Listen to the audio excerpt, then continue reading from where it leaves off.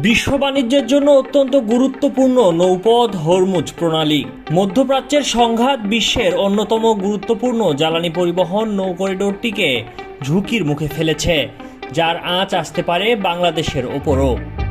চলমান উত্তেজনার মধ্যে জ্বালানি সরবরাহ নিশ্চিত করতে কূটনৈতিক উদ্যোগ জোরদার করেছে বাংলাদেশ সরকার।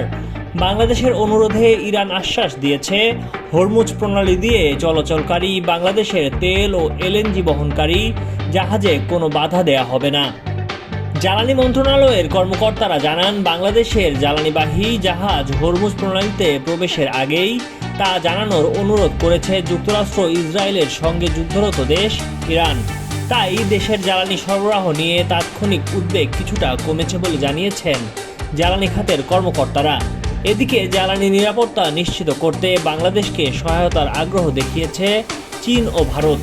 অর্থমন্ত্রী আমির খসরু মাহমুদ চৌধুরী জানিয়েছেন, প্রয়োজন হলে বিভিন্ন দেশের সহযোগিতা নেওয়ার জন্য সরকার যোগাযোগ রাখছে।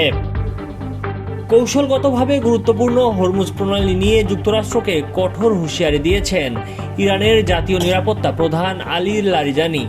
তিনি বলেছেন, এই জলপথটি হয় সবার জন্য শান্তি ও সমৃদ্ধির পথ হবে, নতুবা যুদ্ধবাজদের জন্য চরম পরাজয় ও দুর্ভোগের কারণ হয়ে দাঁড়াবে।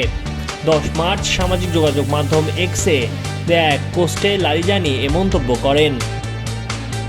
এর আগে জানানো হয়, হরমুজ প্রণালী দিয়ে বাণিজ্যিক জাহাজগুলোর নিরাপদ চলাচল নিশ্চিত করতে সেগুলোকে সামরিক প্রহরায় বা এসকর্টে নেয়ার জন্য বিভিন্ন বিকল্প ব্যবস্থা ভাবছে যুক্তরাষ্ট্র।